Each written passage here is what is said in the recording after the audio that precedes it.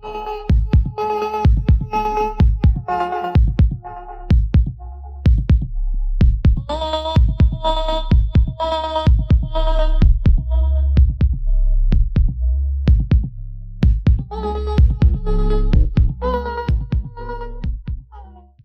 a tutti ragazzi, benvenuti sul nostro canale Lucy e Quan. Siamo qui oggi perché riceviamo costantemente un sacco di domande e abbiamo pensato di fare prima facendo un video rispondendo a tutte le domande che ci fanno. Allora, la domanda principale, che è quella che ci fanno spesso, è quando abbiamo iniziato. Noi abbiamo iniziato il 5 maggio del 2019, non mi ricordavo se era 2018 o 2019, 2019, e l'abbiamo iniziato con un evento che era il 5 di maggio, che qua si festeggia perché è la festa dei messicani. L'altra domanda che ci siamo scritti naturalmente è: quali ostacoli abbiamo trovato? Ok. Gli ostacoli che abbiamo trovato c'era prima il menù, perché la gente abbiamo cominciato con la lasagna. La lasagna non è un cibo di tutti i giorni, di strada. Era buono, la gente che lo mangiava le fascinava, però non era una roba che si vendeva troppo. Diciamo che la lasagna non è esattamente un cibo da strada, quindi un cibo veloce, e lì le persone che vanno, diciamo, in un evento cercano solitamente qualcosa da mangiare anche in piedi velocemente, una cosa proprio come street food.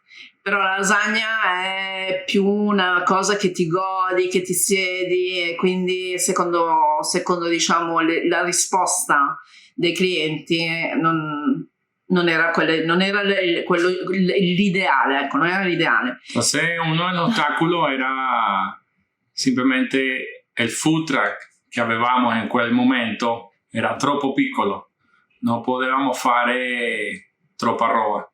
Comunque oggi qua parlerà italiano, ok? Quindi non criticatelo perché ce la mette tutta. È come quando io parlo spagnolo, veramente posso parlare spagnolo perfetto, quindi sto imparando, per favore.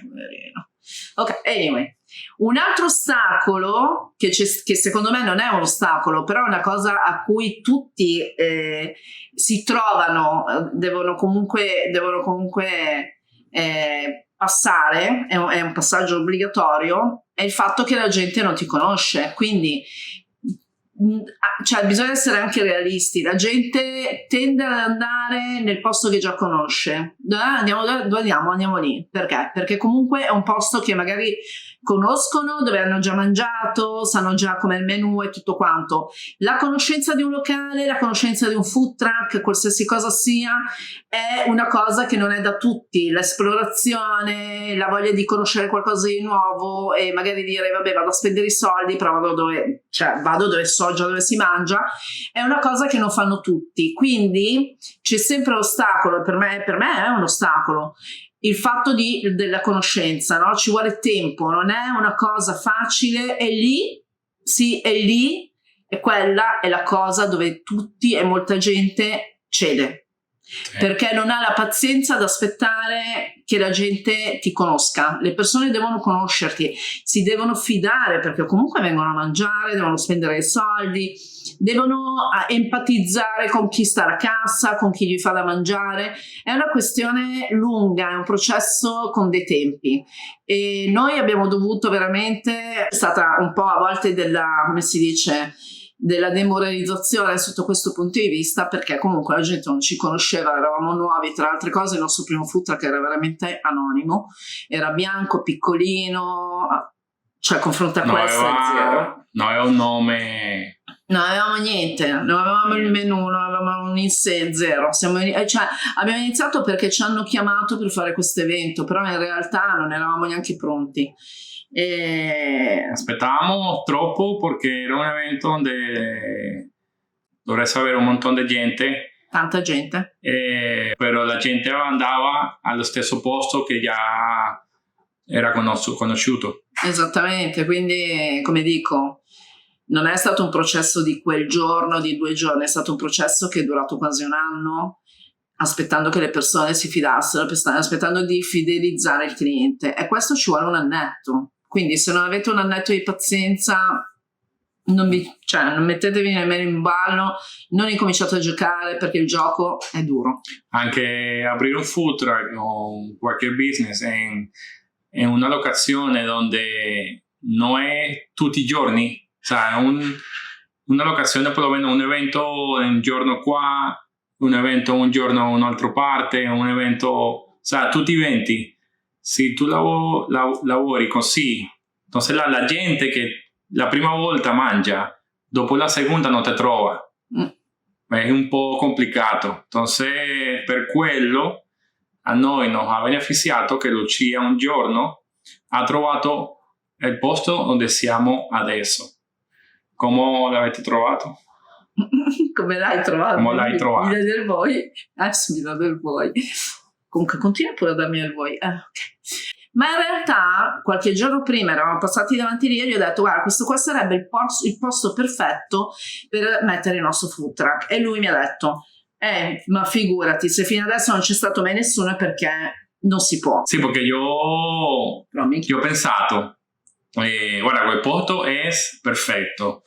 Non immagino che nessuna persona che ha un food truck le ha richiesto qualcosa. Però alla fine lei, che avete fatto? Ancora questo voi? Hai fatto? Lei, io, okay. Cosa hai fatto? Ok, tu che hai fatto? Bisogna fargli una lezione di italiano a sto ragazzo. Cosa ho fatto io? Okay. Allora, sono andata al car wash, ho visto che c'era un'email dove dicevano: se hai problemi col cambio, eccetera, scrivici. E io, che sono testarda, ho scritto direttamente un'email mentre ero al car wash. Ho scritto: ciao, sono Lucia, ho un food truck, e naturalmente in inglese, e gli ho chiesto se si erano interessati a affittarci uno spazio all'interno del car wash, e veramente mi ha stupito il fatto che il giorno dopo già avevo una risposta dicendomi: ok, passa e vediamo.